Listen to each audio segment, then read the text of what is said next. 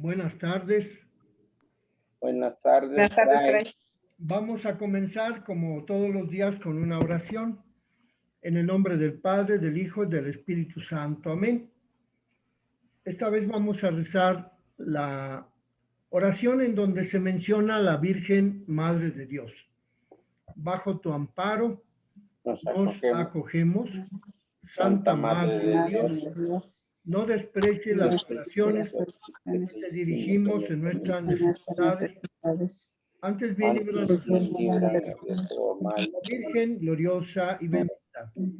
Ruega por nosotros, Santa Madre de Dios, para que seamos dignos de alcanzar las divinas gracias y promesas de nuestro Señor Jesucristo. Amén. En el nombre del Padre, del Hijo y del Espíritu Santo. Amén. He querido comenzar esta clase con la oración del Bajo tu amparo, porque el tema que estamos viendo se refiere a la Theotokos, que es el título griego de la Virgen que genera a su hijo durante 9 meses en el vientre y lo da a luz. Eso es lo que significa Theotokos. O también el otro término griego, Meser Teú, que es lo mismo, Madre de Dios.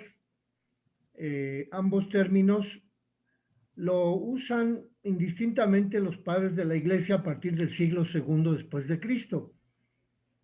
Y estamos viendo de qué manera la figura de la mujer ha sido revalorada, reconstituida en las culturas de la cuenca del Mediterráneo, tomando en consideración todas esas regiones, etnias, grupos culturales que habitaron esa zona en unos pocos años antes de Cristo hasta, pues digamos, hasta el siglo IV después de Cristo. Entonces estamos viendo este tema de la Virgen Theotokos, en el tema en los escritos de los padres de la Iglesia. Vamos a ver de qué manera este término tomó su mayor auge en el Concilio de Éfeso, en el 431, en esa ciudad de Éfeso que se encuentra al occidente de la península de Capadocia, que forma parte del Asia Menor y que ha sido la fuente de muchas tradiciones cristianas desde prácticamente después de que Cristo resucitó. Entonces tenemos que la historia del Concilio de Éfeso, que actualmente tiene un proceso de revisión para poner, pues como dijéramos, para poner actualizados los conocimientos que se realizaron en ese concilio. Esa historia del Concilio de Éfeso es muy rica en la reflexión teológica que los padres de ese concilio, los que participaron, llevaron a cabo acerca de la madre del Verbo encarnado. Y tenemos que, a partir de ese concilio, por las declaraciones que se realizaron, sobre todo los 12 consejos del padre de la Iglesia, del obispo que presidió ese concilio, San Cirilo de Alejandría, tenemos que en ese concilio la verdadera fe acerca del misterio de la encarnación fue el tema más importante que se estuvo revisando y que representó un desarrollo de la teología y del culto marianos de manera impresionante, que nunca antes había tenido en ningún otro momento de la historia del cristianismo. Bueno, decir el siglo V, 431, cuando se realiza el concilio en Éfeso, pues digamos que había pasado pocos siglos, pocos años de la existencia de la Iglesia, y que por eso es tan importante reconocer que ya en ese siglo, en el siglo V, en el año 431, la Iglesia dedicó una amplia discusión, un momento histórico muy concentrado, muy denso, para describir la naturaleza de Cristo y qué es lo que nos ha dejado en herencia ese concilio de Éfeso. Entonces, en el origen de ese concilio encontramos una discusión acerca de Cristo, de cómo se podían comunicar los atributos entre las dos naturalezas de Cristo, la naturaleza humana y la naturaleza divina. Cómo, de qué manera podía haber una comunicación entre la naturaleza divina y la naturaleza humana en la misma persona de Cristo.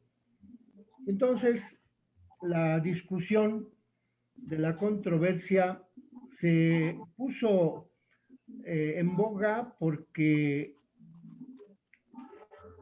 había que verificar si efectivamente la Virgen Santísima podía ser llamada Madre de Dios. Y a partir del 428, es decir, unos 3 años antes de que se realizara el concilio, Nestorio de Antioquía se había convertido en el patriarca de Constantinopla. Es decir, que 3 años antes de que comenzara el concilio de Éfeso, el patriarca de Constantinopla ya era Nestorio. Y allá en Constantinopla, con el término Theotokos, surge un escándalo, según la expresión de Cirilo de Alejandría, porque la polémica respecto de la expresión Theotokos envolvió a muchas iglesias, en particular a las de Antioquía, a las de Alejandría, a la de propiamente Constantinopla. Y entonces, pues, era toda la cristiandad prácticamente de la península de Capadocia la que estaba en discusión, porque algunos no aceptaban llamar a María Madre de Dios. Nestorio insiste en la realidad humana de Cristo y se inclina a considerar la unión de la naturaleza humana de Cristo con la naturaleza divina según el modo de unión moral, es decir, como una unión de yuxtaposición, como una unión que no tenía mucha fuerza. Así lo dice Nestorio acerca de la unión entre la divinidad y la humanidad de Cristo. Nestorio difícilmente acepta que entre la naturaleza divina y la naturaleza humana de Cristo haya una comunicación intrínseca. Por este motivo, se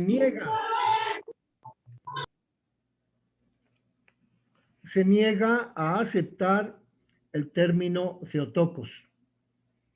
En la carta que Nestorio envía al Papa Celestino del año 429, es decir, 2 años antes del concilio, el patriarca Nestorio, que ya era obispo de Constantinopla, expone las objeciones a atribuirle el título de Madre de Dios a la Virgen Santísima.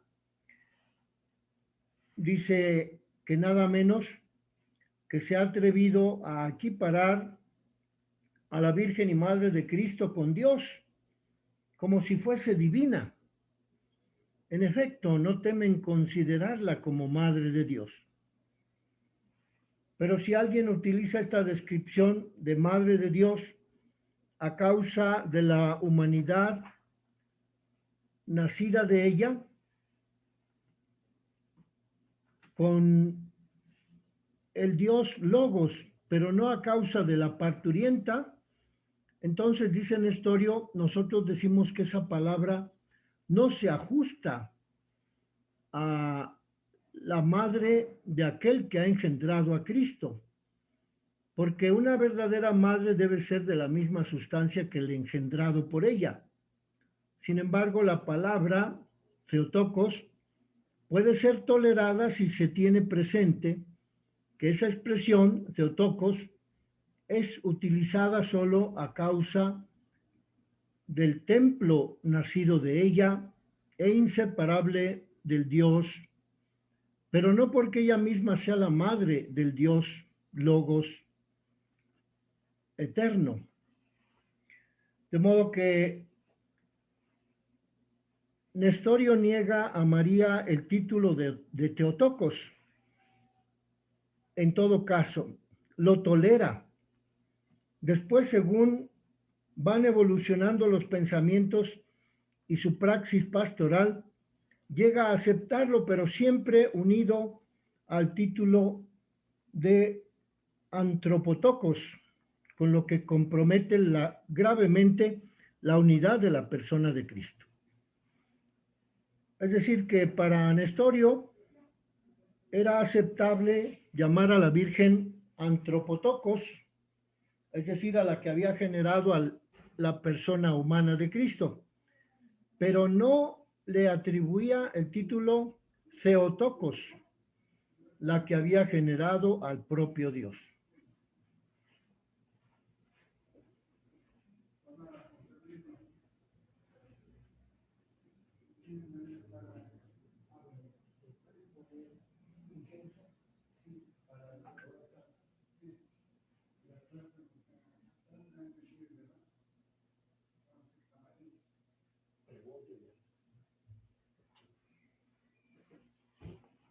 Pues ese es el principio de la controversia del concilio de Éfeso, que Nestorio, obispo de Constantinopla, se niega a designar a la Virgen María con el título de Theotokos, solamente le atribuye el título antropotokos.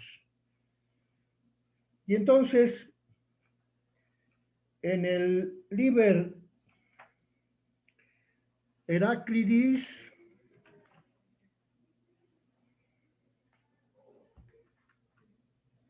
obra de Nestorio, retoma sus reticencias acerca del título Theotokos y endurece su postura, puesto que dice: así que María por naturaleza es solamente madre del hombre. Madre de Dios lo es por manifestación. El patriarca Cirilo de Alejandría mantiene, ante todo, la existencia del único Cristo, Verbo Dios encarnado, según se deriva de las Sagradas Escrituras. El Verbo de Dios encarnado mantiene la unidad intrínseca de la naturaleza humana y de la naturaleza divina, por lo cual dice Cirilo que es legítimo hablar de que los atributos divinos y los atributos humanos tienen una comunicación legítima en la persona de Cristo, y por ello es legítimo también atribuirle a la Virgen el título de Theotokos, es decir, Madre de Dios. Frente a las reticencias de Nestorio, Cirilo escribe 3 cartas dirigidas a Nestorio y envía a Roma al diácono Posidonio con una antología de la doctrina nestoriana, y al tiempo que Cirilo, en el año 430, convoca un sínodo en Alejandría. En ese sínodo en Alejandría, en el 430, el patriarca Cirilo, que era obispo de Alejandría, condena la doctrina del patriarca de Constantinopla, que era Nestorio. Lo mismo había sucedido en el sínodo que se había convocado en Roma en el mismo año 430 por el Papa Celestino, en donde el Papa, el 10 de agosto del 430, confía al obispo Cirilo la misión de ejecutar la sentencia contra Nestorio, quien en el plazo de 10 días debía retratarse, debía negar sus falsas predicaciones bajo pena de ser depuesto, de ser quitado de la sede de Constantinopla. Nestorio, por su parte, escribe al Papa y al no recibir respuesta del Papa, Nestorio se dirige al emperador del Imperio Romano para que convoque un concilio ecuménico. El emperador de ese Imperio Romano era Teodosio II, y que de acuerdo con su colega el emperador Valentiniano, que era el emperador de Occidente, convoca el concilio en Éfeso para el día de Pentecostés del año 431, el 7 de junio de ese año. Hoy estamos a 3, dentro de 4 días se conmemoraría un aniversario más del inicio de ese concilio en Éfeso. El patriarca Cirilo, que era el obispo de Alejandría, llega a Éfeso con unos 200 obispos y decide celebrar el concilio el 22 de junio de ese año 431. Y de esto contradice la opinión del comisario imperial y de 68 obispos de otras varias provincias. El patriarca Cirilo, una vez llegado a Éfeso, ni siquiera espera la llegada de los legados pontificios de Roma, ni del patriarca Juan de Antioquía con sus acompañantes obispos de Siria. Y las sesiones conciliares comienzan, por tanto, sin la presencia de Nestorio y de sus acompañantes. En descargo, Cirilo afirma que la apresurada inauguración del concilio de Éfeso puede aducirse a lo borrascoso del clima, desatado por las disputas y por la enfermedad y la muerte de algunos padres que habían asistido a ese concilio en Éfeso. El concilio comienza con la lectura de las conclusiones del símbolo del concilio de Nicea, que se había realizado unos 8 o 10 años antes. Y en Éfeso se aprueba la parte de todos los padres conciliares. Ahí en Éfeso, con los padres que se habían reunido, acuerdan aceptar la segunda carta de Cirilo a Nestorio, considerado un documento en el que se afirma la fe proclamada unos años antes en el concilio de Nicea. Es importante poner de relieve que la carta que escribió Cirilo a Nestorio posee un valor cristológico y relativo al misterio de la salvación realizada por Cristo. Esa carta está centrada en el argumento de la unión de las dos naturalezas, humana y divina, en la única persona del Verbo. Y por ello, Cirilo en esa carta afirma, contra lo que pensaba Nestorio, que los atributos de la naturaleza humana podían comunicarse libremente con los atributos de la naturaleza divina en la persona de Cristo. Así lo dice esa segunda carta de Cirilo a Nestorio, que se leyó en el concilio de Éfeso. Es un documento escrito por Cirilo, que era el que encabezaba el concilio de Éfeso. Y dice así Cirilo contra la doctrina de Nestorio: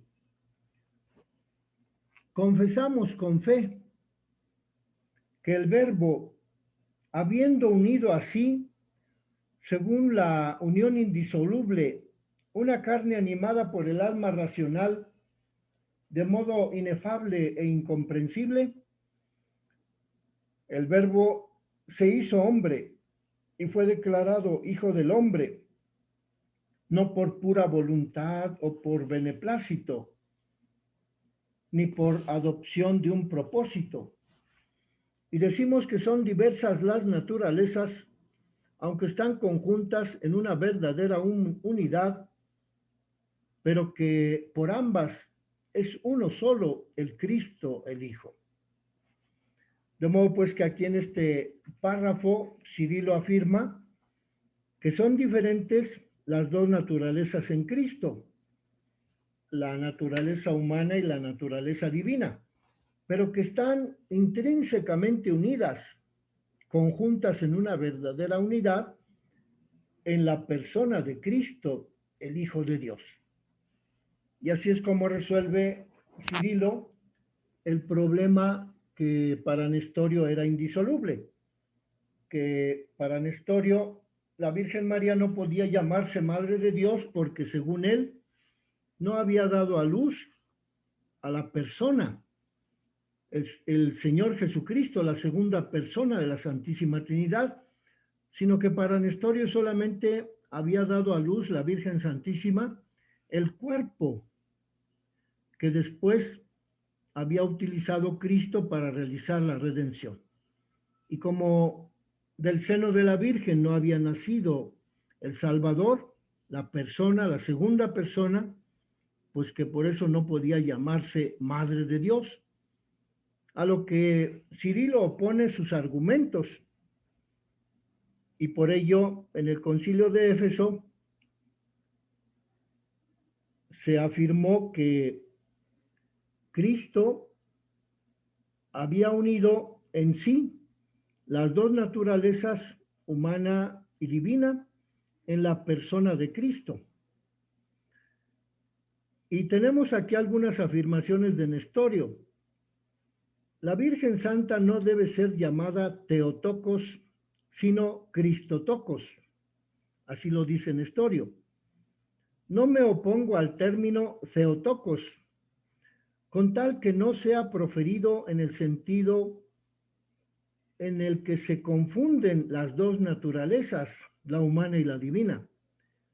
Sin embargo, dice Nestorio, no dudo de que la voz Theotokos deba dejar el lugar al término Cristotokos, el cual se haya referido en los evangelios. Por eso también ahora proclamo abiertamente que la Virgen Santa es Theotokos y Antropotokos. Así lo dice Nestorio, afirmando pues que para la Virgen se puede atribuir indistintamente el título de Madre del cuerpo de Cristo, del hombre Cristo, y Madre del Dios que se encarnó en el seno de la Virgen. A esta pues controversia entre Nestorio y Cirilo, encontramos la afirmación de Cirilo que dice que confesamos con fe que el Verbo, habiendo unido así la hipóstasis, es decir, la unión indisoluble, una carne animada por el alma racional, el Verbo divino y esa carne animada, se hizo hombre,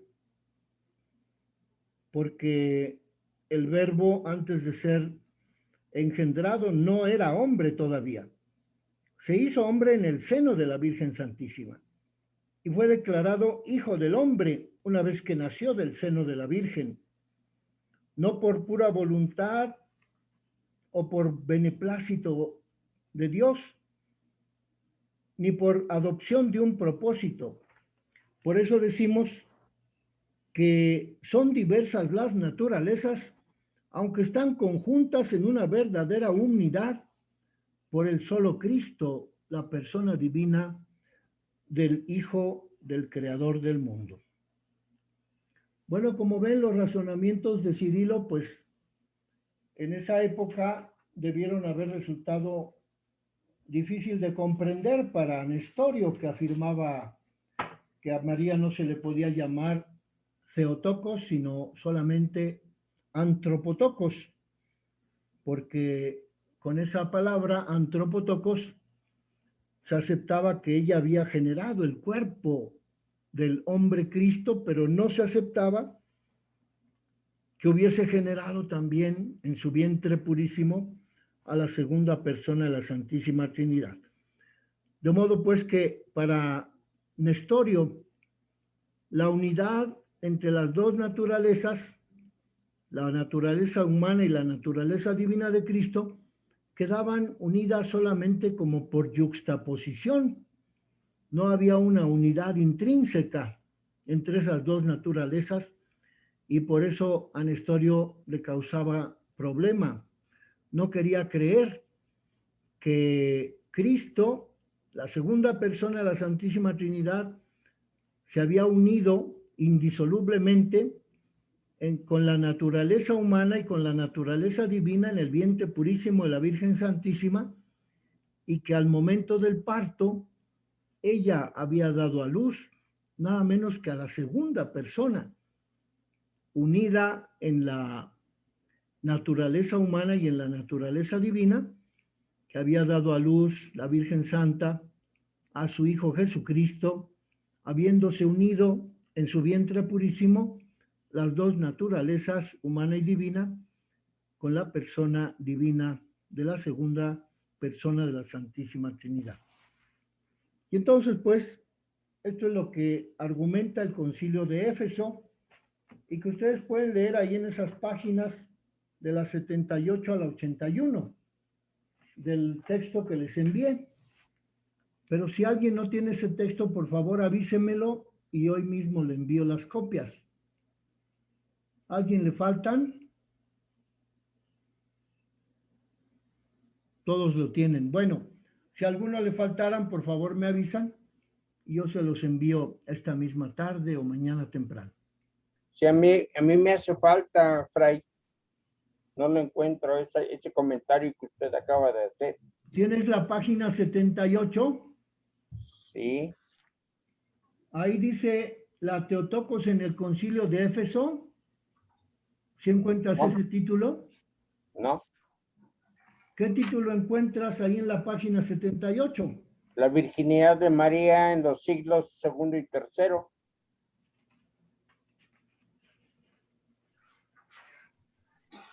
Entonces está más adelante. ¿Hasta qué página llegan tus apuntes? Uy, hasta las 100 y tantos. Entonces debe estar por allí en como unas 10 páginas más adelante el tema de